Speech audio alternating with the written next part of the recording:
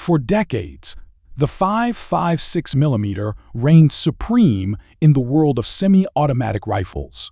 It had the weight of NATO supply chains behind it, cheap casings, and an endless supply of surplus magazines. Most of us in the shooting world learned the ropes with it.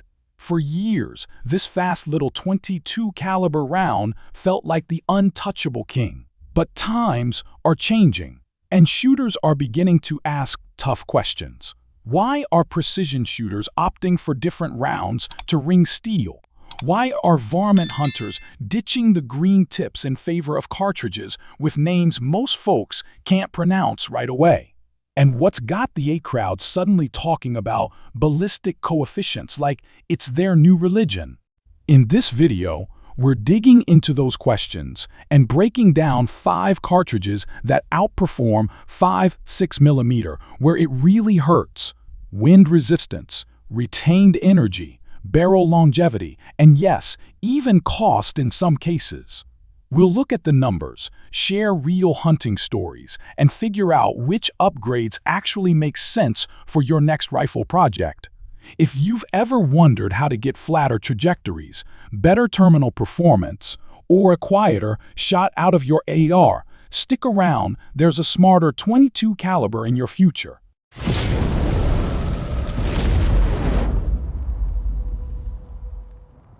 So what's causing the decline of the 5.56mm dominance?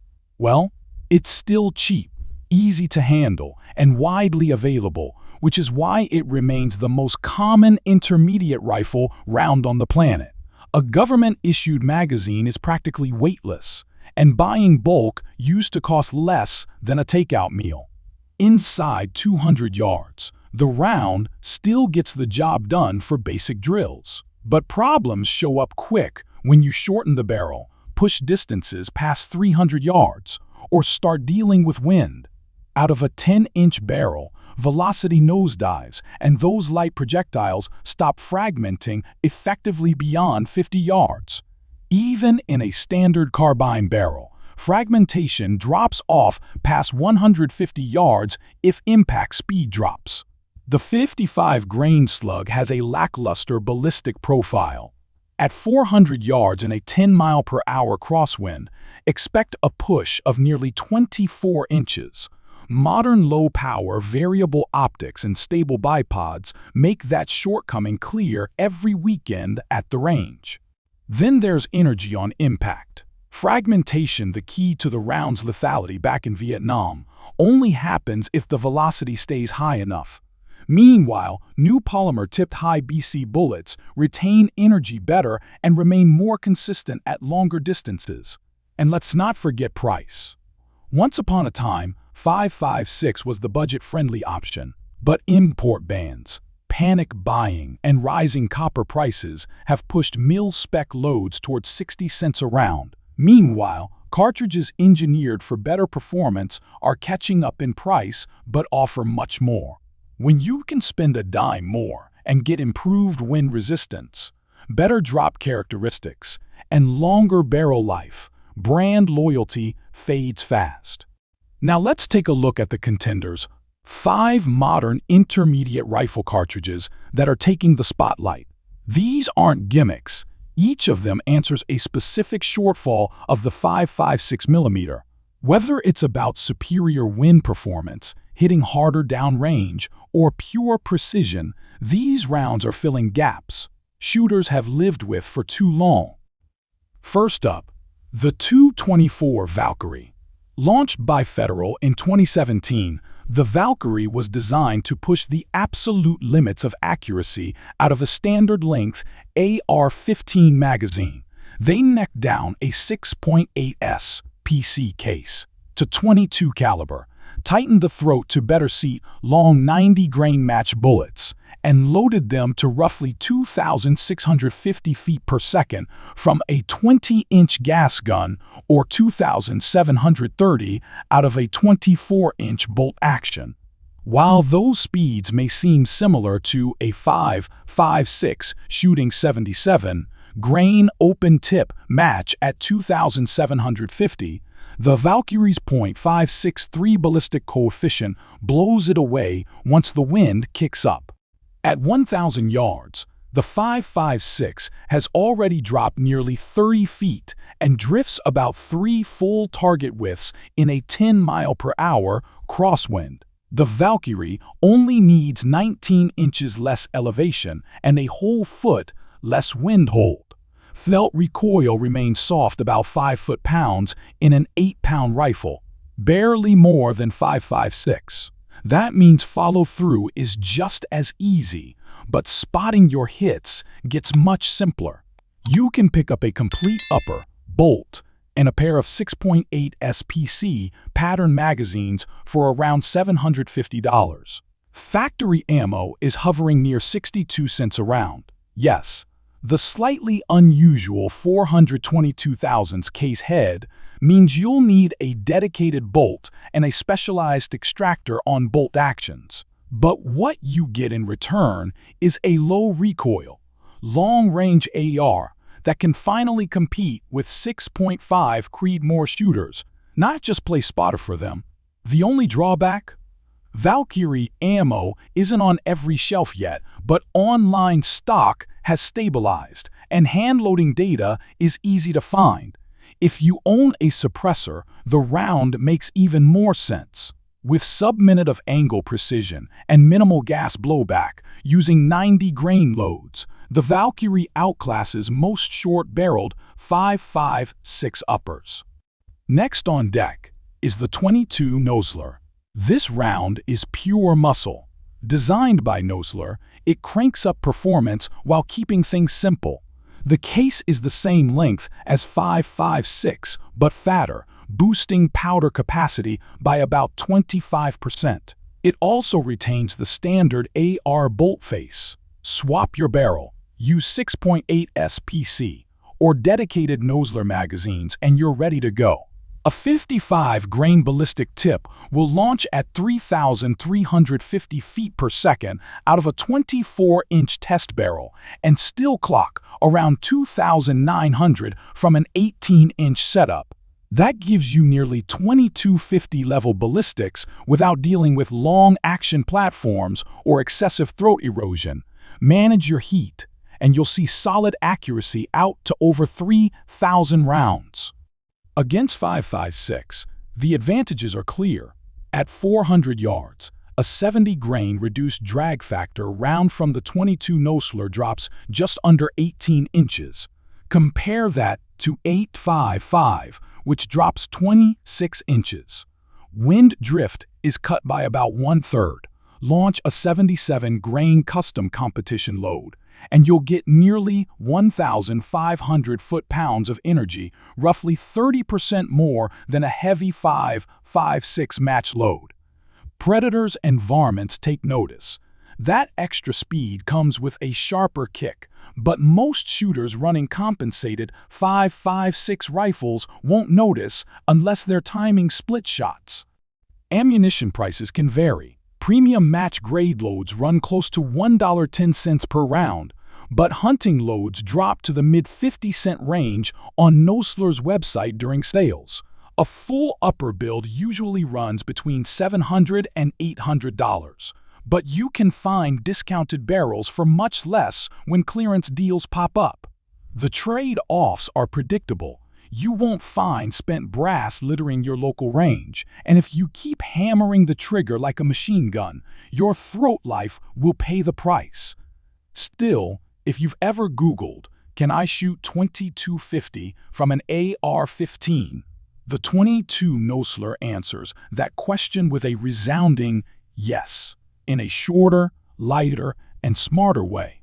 Western shooters first got to know the Soviet-born 5.4 5x39 through old crates of surplus 7N6 steel core stuff sealed tight in Spam cans. That old stock has long dried up, but the cartridge still earns its keep by excelling in areas the 5.56 never quite nailed. The case is nicely tapered, so even a filthy AK-74 chews through mags without a hiccup. Pressures run high enough to keep muzzle speeds brushing up against 2,950 feet per second from a 16-inch barrel. The projectile itself is long and needle-like. It was infamous for tumbling early in soft tissue during Soviet campaigns in Afghanistan, a trait the later 7in10 round improved upon while adding better penetration. In an AIK-style rifle, recoil feels closer to a rimfire pop than a centerfire thump, less than half the impulse of a 5.56 through a standard M4. That means you can rattle off fast double taps with almost no effort. Within 150 yards, the 5.56 still hits a little harder, but beyond that, the slim profile of the 5.45 lets it catch up and even pull ahead in energy retention. ammo used to be a steal at 30 cents per round, but sanctions changed the game. Barnell brass case loads hover around 55 cents, while Tulamo steel case stuff vanishes instantly at anything under 50. Companies like PSA now offer dedicated AR upper receivers in 5.45, letting shooters stay loyal to their favorite lower receivers. Expect to spend around $500 on an upper. Magazines are specific to the caliber and cost a bit more than your average GI mag. The downside? Reloading is a pain. Steel casings and Berdan primers make handloading a hassle. And with imports at the mercy of politics, this round can be tough to count on.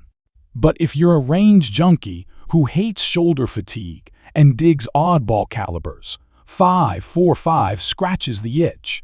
Just don't expect total ammo stability, it's a bit of a gamble. Now let's rewind to 1958. The 222 Remington, or Triple Deuce, never wore military fatigues like its 223 sibling, and it never got the same advertising love either. But for a while, Bencrest shooters swore by it for a reason. Its case is about 1/10 of an inch longer than 223, with a roomy neck and a pressure ceiling of 50,000 pounds per square inch. All that adds up to one word: consistency. Powder burns evenly. Bullet jump is minimal, and handloaders can experiment with seating depth without pushing pressures into scary territory. From a 24-inch varmint barrel, this round can sling 50-grain ballistic tips past 3,500 feet per second and push 55-grain blitzkings to nearly 3,400 on less pressure than standard 5.6. Finding factory rifles is tricky. A clean Remington 700 ADL conversion costs around $900 to $1,000. Add a quality aftermarket barrel and you're out another $300. Nosler still produces brass at about $1.20 each, and a box of 20 factory rounds runs $42. That's around $2.10 a pop. Old Remington or Seiko factory loads now fetch collector pricing. Against 5.56, the Triple Deuce wins big at the reloading bench. You can reuse brass 10 times or more. Velocities match NATO spec and groups stay under half an inch with boring regularity. The catch? Semi-auto platforms are almost non-existent. Mags are single stack only, and powder doesn't stretch as far. It's not a general-purpose cartridge, it's a specialist dream. But for prairie dog towns and coyotes stands beyond 300 yards, its surgical accuracy becomes addictive. Next up, the 22 ARC.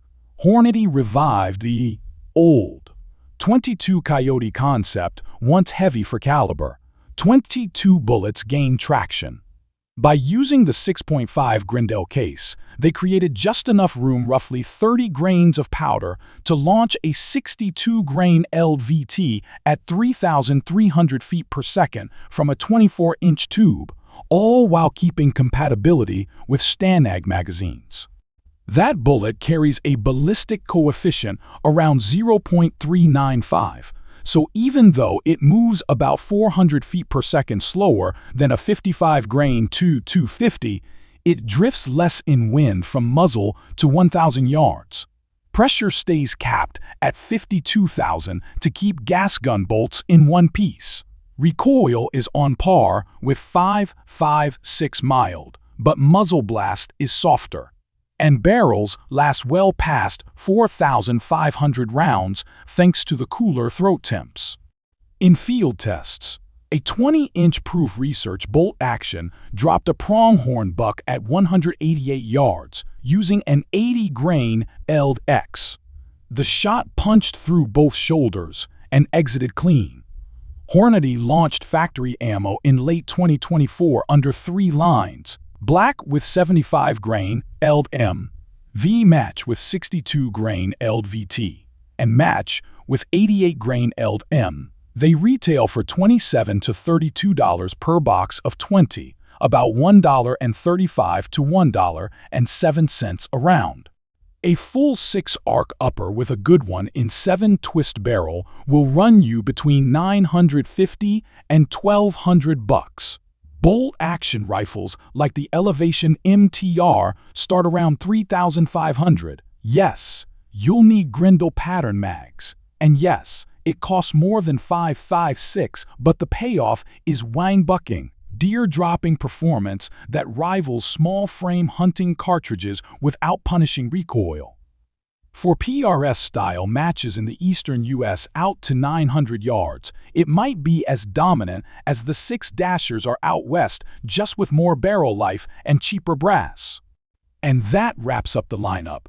These 5 cartridges weren't created to kill the 5.56, they were designed to step up where it falls short. One gives you reach without upping the recoil. Another delivers lightning-fast speed. A third cuts felt recoil in half. A fourth brings old-school Bintress consistency to the modern varmint game. And the newest one blends all those lessons into one smart, versatile platform. So the real question isn't whether 5.56 is obsolete, it's this: what problem are you trying to solve? And which of these calibers fixes it better than the old NATO standby? Figure that out, and your next build practically picks itself. Now it's your turn. Who's your new .22 caliber champion? Have you already made the leap to a new cartridge? Or are you still on the fence? Drop your builds, goals, and max ranges in the comments so the whole crew can swap notes and learn something. If this breakdown gave your parts list a shake, hit that like button, share the vid with your shooting buddies, and make sure you're subscribed for more no BS ballistics talk. Hit that bell too. We've got another deep dive already on the bench. You won't want to miss it.